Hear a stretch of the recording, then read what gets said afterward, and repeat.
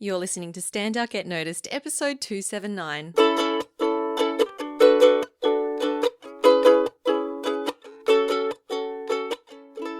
Hi there, Rockstar, and welcome to Stand Out Get Noticed.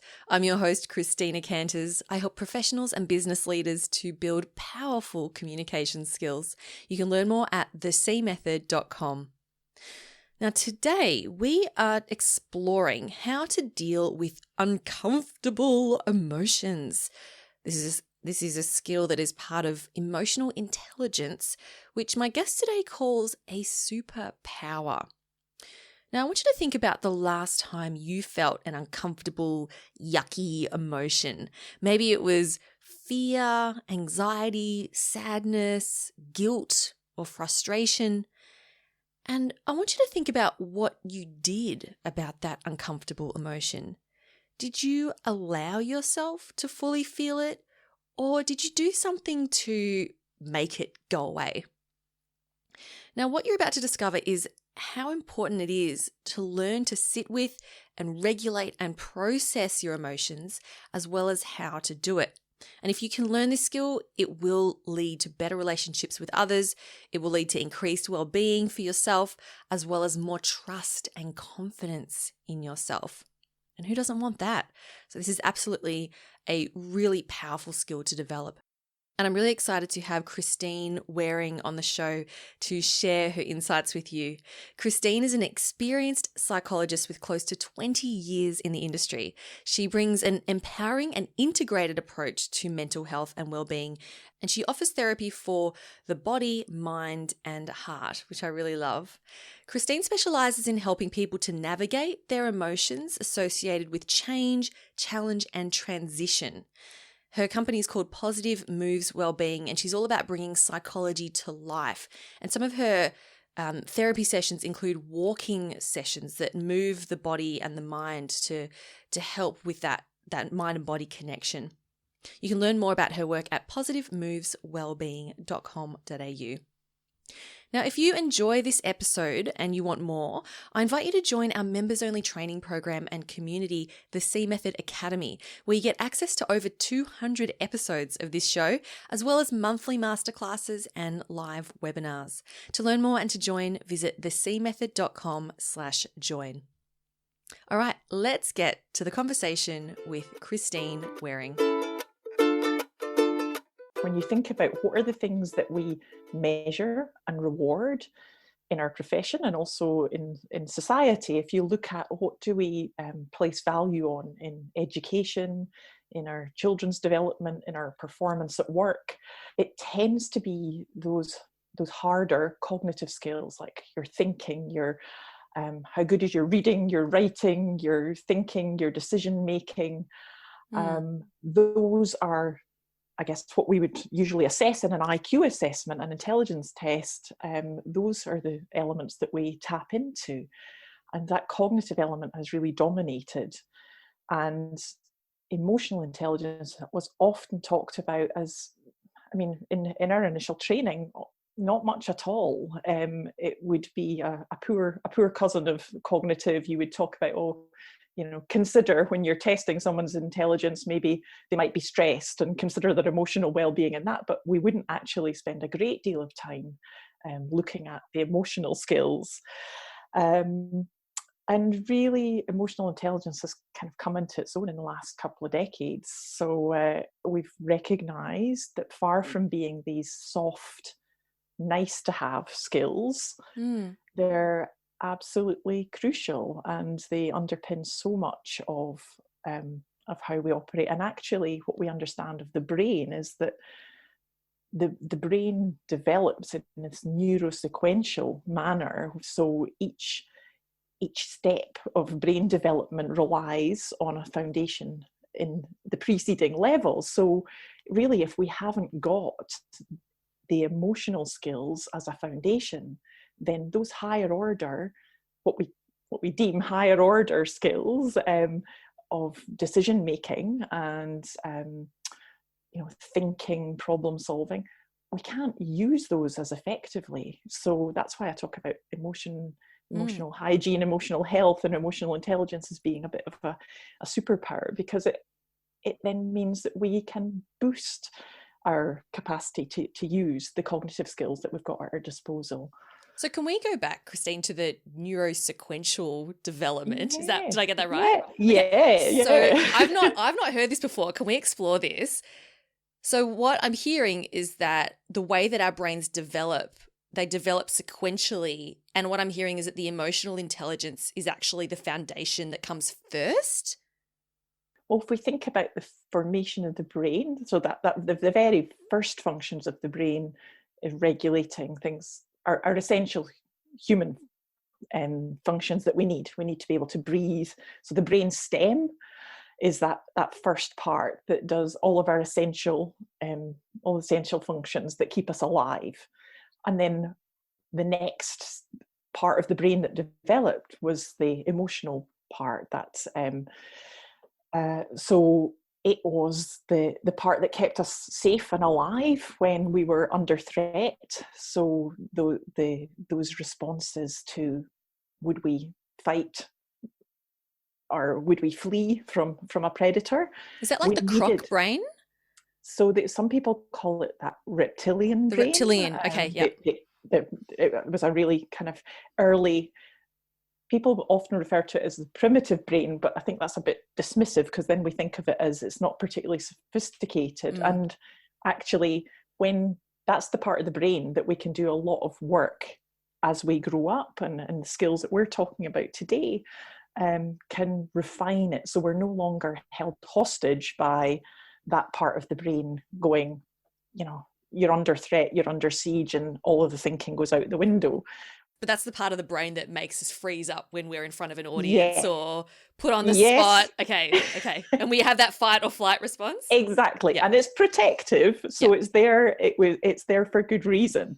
But if we just allow it to run the show, not particularly great. It's a bit like a tantruming toddler or something. It's it needs us the next layer on top of that, which is all of those cognitive skills or thinking skills that we can then work with them, establish a good relationship between those elements of our brain, so that each part of the brain is playing its part in our overall functioning and performance. So we've got the primitive brain, and then we've got the next layer of the brain. Then the cortex and the prefrontal cortex in particular, that part just behind our forehead, which is the part that's, I guess, the most sophisticated in terms of our planning, and all of those parts that we kind of look at as somebody who's successfully operating would be using the parts in the cortex, the thinking part, and the prefrontal cortex, decision making, planning, execution, all of those parts. But those parts can't come online if the emotional part of the brain is screaming there's a threat in the vicinity, because we're not going to be stopping and thinking and making great decisions. So we need to have some good regulation of the emotional part of our brain to enable us to access that thinking part. So Christine, you mentioned before that even in your psychology training, the emotional intelligence component was considered the poor cousin of the cognitive intelligence. Why do you think it wasn't given that significance? I think we just didn't, remember I trained 20 years ago, so I'm probably doing a disservice to some of the training now, but I think that our education systems and our business models, we've tended to continually reward the thinking part and perhaps not recognized our knowledge of how the brain was operating wasn't quite as sophisticated as now.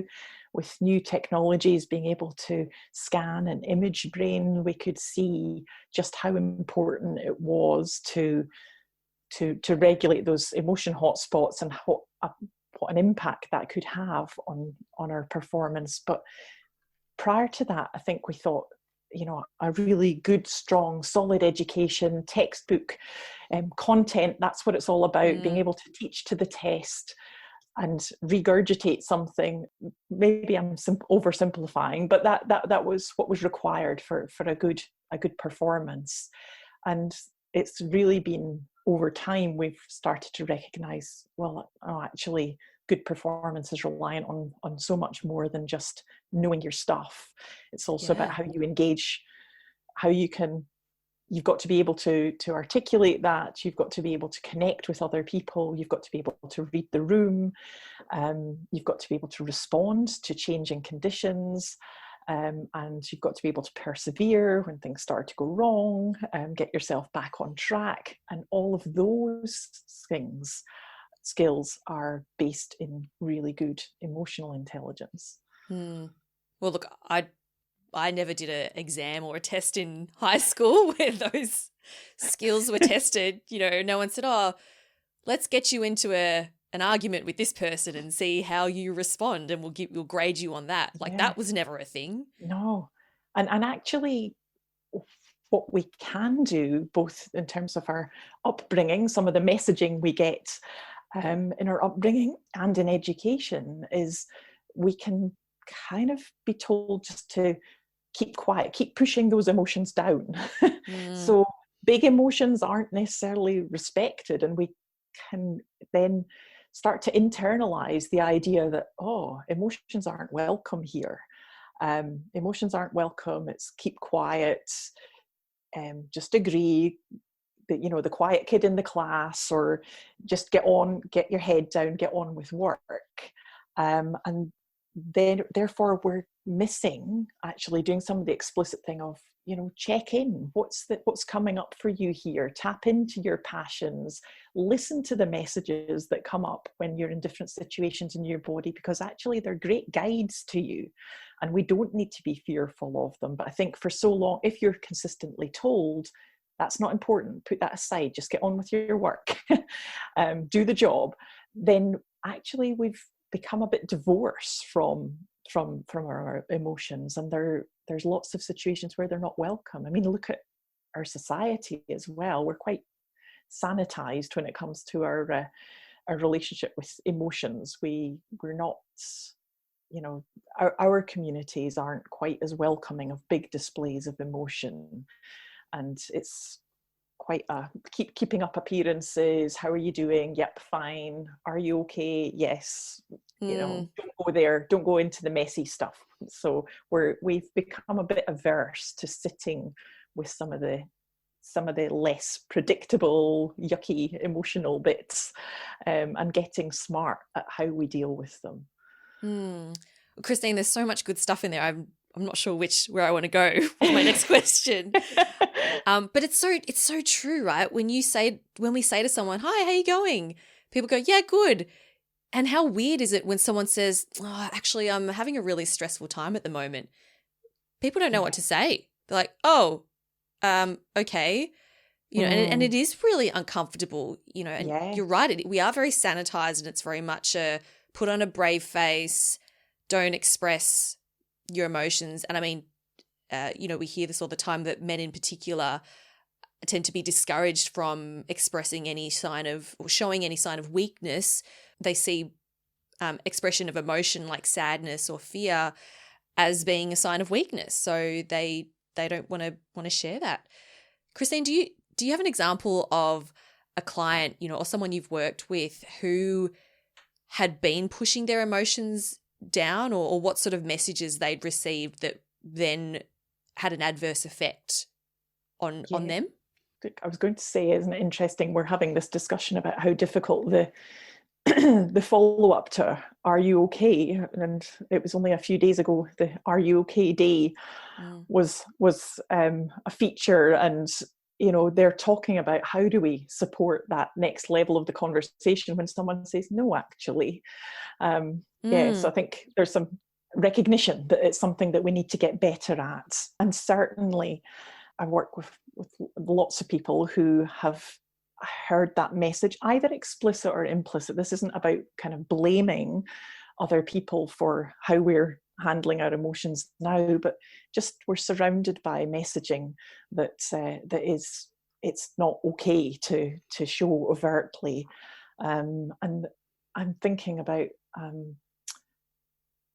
a client in particular that I was working with, who her her upbringing had her own mother had mental health issues and was really focused, I guess, on managing her own emotional well-being, and therefore had limited capacity to sort of offer that for this lady growing up. But now as an adult, she's looking at how she's responding in work situations and in interpersonal relations when somebody challenges or contradicts her opinion. She was becoming frustrated that her default was just to submit and say, oh you're right, and she was saying, why, like, really frustrated by losing her voice in the room. And we really did some of the emotional work of going back to what was coming up for her. That it was a bodily response for her. She would feel this racing heart and almost a sickness in the pit of her stomach when someone contradicted what she was saying. And it could be small things, really. They weren't necessarily, life-changing moments, but when we went back to thinking about what were some of the messages that you got when you voiced your opinion growing up, and she was able to piece together that, in fact, the message was it was dangerous to contradict what mum was saying, because mum wasn't able to regulate her response. So it would result in a really angry or sometimes breaking down in tears, a really emotional response that for a child would be so frightening. That the message is, don't go there, don't rock the boat, mum can't handle this. So that early training then became, we've all got them, we've all got these default modes which have been our brains have got these pathways that have been worn and laid down many, many times. And then under stress, that's where we tend to go back to those default modes. So her default mode was, I learned as a child, don't rock the boat, don't upset someone because it makes it unsafe for you. And now as an adult, even though she's a strong, capable woman, she was defaulting to that childhood experience. And really, the part of work we had to do was not around changing thinking strategies. We had to help her to regulate what was happening in her body and come back into here and now. Here and now, I'm not a frightened child. This isn't a scary mum. I don't have to protect this person's feelings. That's not my responsibility. Now I can use my voice. Now I can trust myself to say this without having to fear the ramifications.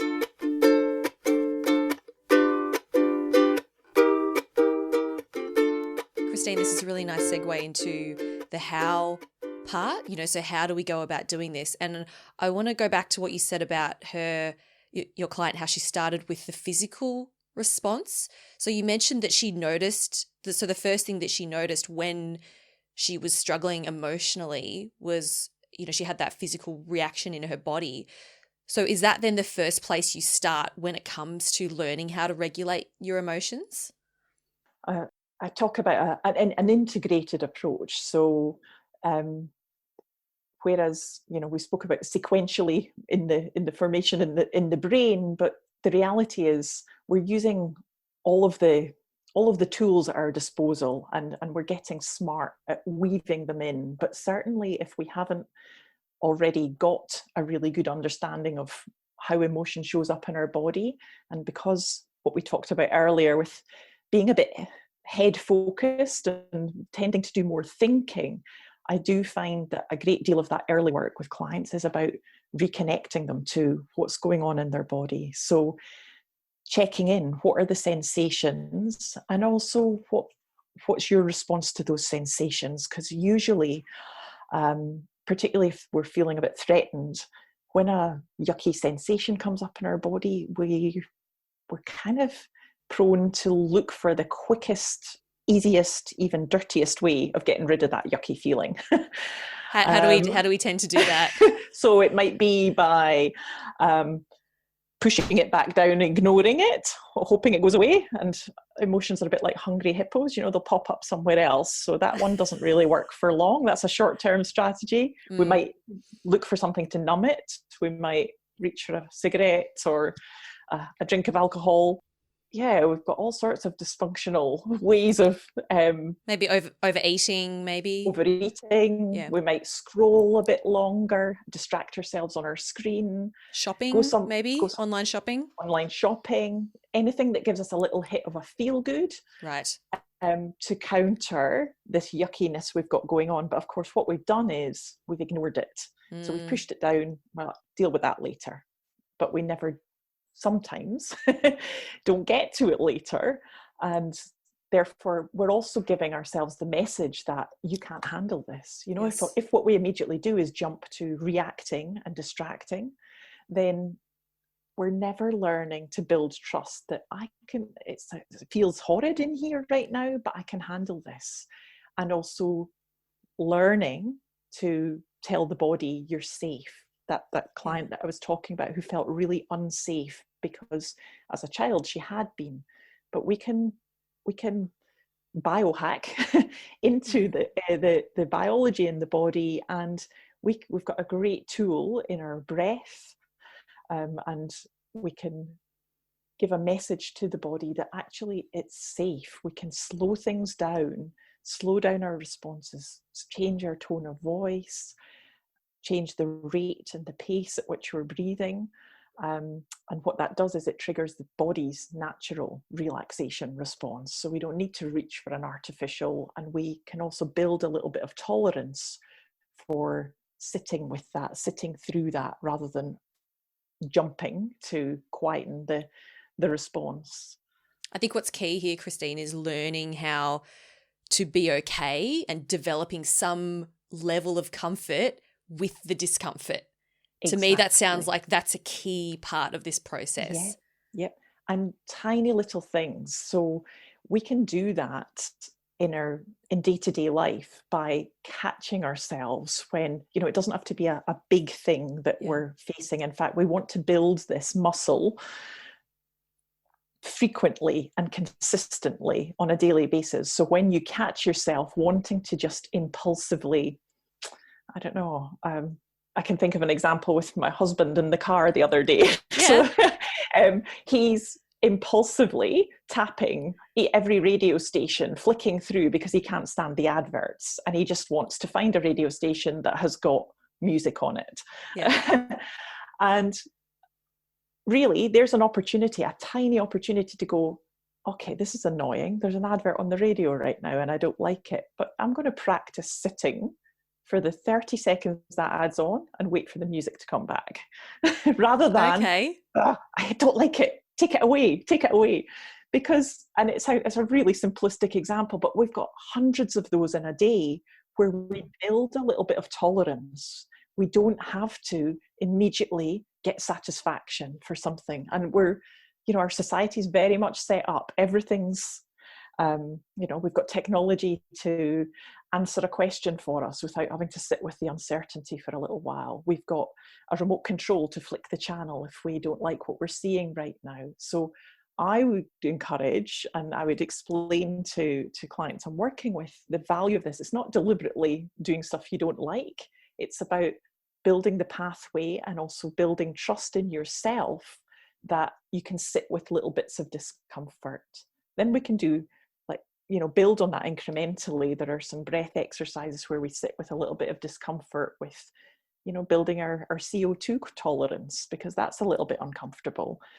It might be cold water exposure, which builds a little bit of discomfort with, a quick blast of a cold shower. All of those things that are actually building that muscle where we're less reactive. We can trust ourselves to build in that pause.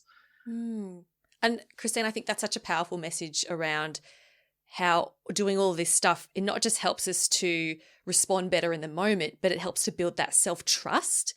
And it sounds to me that by slowly building up that self-trust, we would then feel more confident going into more difficult situations because we know that we can handle whatever's going to happen.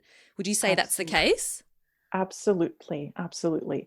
And I talk a little bit about kind of befriending those sensations that come up. So Mm. we don't really, none of us enjoy that. Those feelings that come up when you're tackling something new, a bit unfamiliar, a bit scary.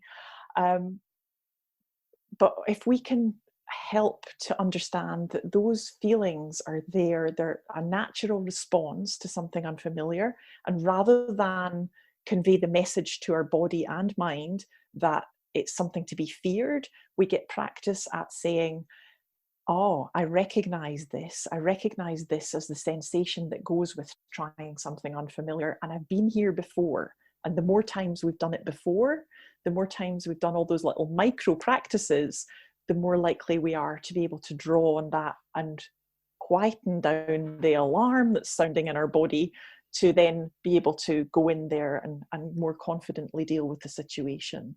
Yeah, absolutely. I love that. Christine, you've mentioned the breath technique. Do you have a specific type of breathing technique that you recommend people do? Um, I've got to say a whole menu of them, depending on what different situation. But I guess there are Okay. a few basic, a couple. You'll probably have heard of box breathing. A lot of people have heard of that one. It's really common, and box breathing is really a count of 4 as we inhale, we hold for 4, we exhale for 4, we hold for 4. So it's creating a square. You can almost, with younger clients, I work with kids as well, and Yeah. with them they actually like to follow it with their finger, Yeah. the square. But what we're doing there is we're taking something that's usually we just subconsciously get on with breathing, but we're bringing it to our conscious attention, and we're taking a bit of control over it, and we're slowing it, and we're building in pauses where we wouldn't usually. And doing all of that is giving that vagal nerve in our body that's responsible for the brain, the body's natural relaxation. It's giving it the message that, okay, we're in control here, we can manage this. She wouldn't be stopping and doing box breathing if she was being chased down by something really dangerous. So it's okay, we're safe. And doing that box breathing for a few minutes is are just a really powerful way of coming back into your body and slowing things down. And also, if you're not wanting to do the counting, just being conscious of taking an inhale through the nose and making sure that your exhale is slightly longer. So if you're inhaling for 4, doing a 6 or an 8 count exhale, so that we're letting go of more than we're taking in. Because when we're in a real panic about something, we tend to be gasping Right. oxygen, sucking in lots and lots of oxygen. And if we're doing that, then we're giving the body the message, whoa, there's something big going down here. She's really gulping in the oxygen. So by taking a little bit less in and focusing on the let go, then we're going to get that natural relaxation going. I love that. I had heard of the longer exhale and shorter inhale, but I hadn't thought about it in terms of you're letting go more of that you're taking in, which I really love. Yeah, So yeah, I thank you like for that sharing too. that. Yeah, letting go is a good a good thing. Well, Christine, this has been so wonderful having you on the show, and I really love the perspective you've brought to the topic of emotional intelligence. And I thank you for sharing some of the practical things that people can do to start building up their tolerance for this discomfort as well. I think that's so important to see it as a gradual progression and not some big thing that you have to be able to do immediately. Before we wrap, Christine, would you mind sharing with us who are the people you work with and how can people connect with you? So I work with people who are dealing with change, challenge, and transition. So that it's pretty all encompassing, and Mm. that can bring in. I don't tend to. It's not specific to a particular event or diagnosis. I feel like, as I mentioned, what I find is that emotions underpin so much of what what gets in our way of achieving our full potential. So really, I work with people in a coaching capacity as well as a therapeutic capacity. And I do quite a bit of my work outdoors, doing walking therapy, as well as in the online space just now, because back to that body stuff, that being able to walk as we process our emotions is a really powerful way of discharging some of the feelings that are tied up to what we're discussing. They can find me at positivemoveswellbeing.com.au and on Instagram and Facebook as Positive Moves Wellbeing as well. Thank you to Christine Waring for being such a wonderful guest on the show this week. You can find more about her work at positivemoveswellbeing.com.au or simply visit the show notes at thecmethod.com/279. Now, if you got something out of this episode, if you found it valuable and got some useful tips and tricks, then I would love it if you could share this episode with a friend or a colleague if you think they would find it useful as well. It's a great way to get the podcast out and helping more people. And that brings this week's episode to a close. Keep on being awesome, and I'll talk to you next week. I'm Christina Canters, and this has been Stand Out, Get Noticed.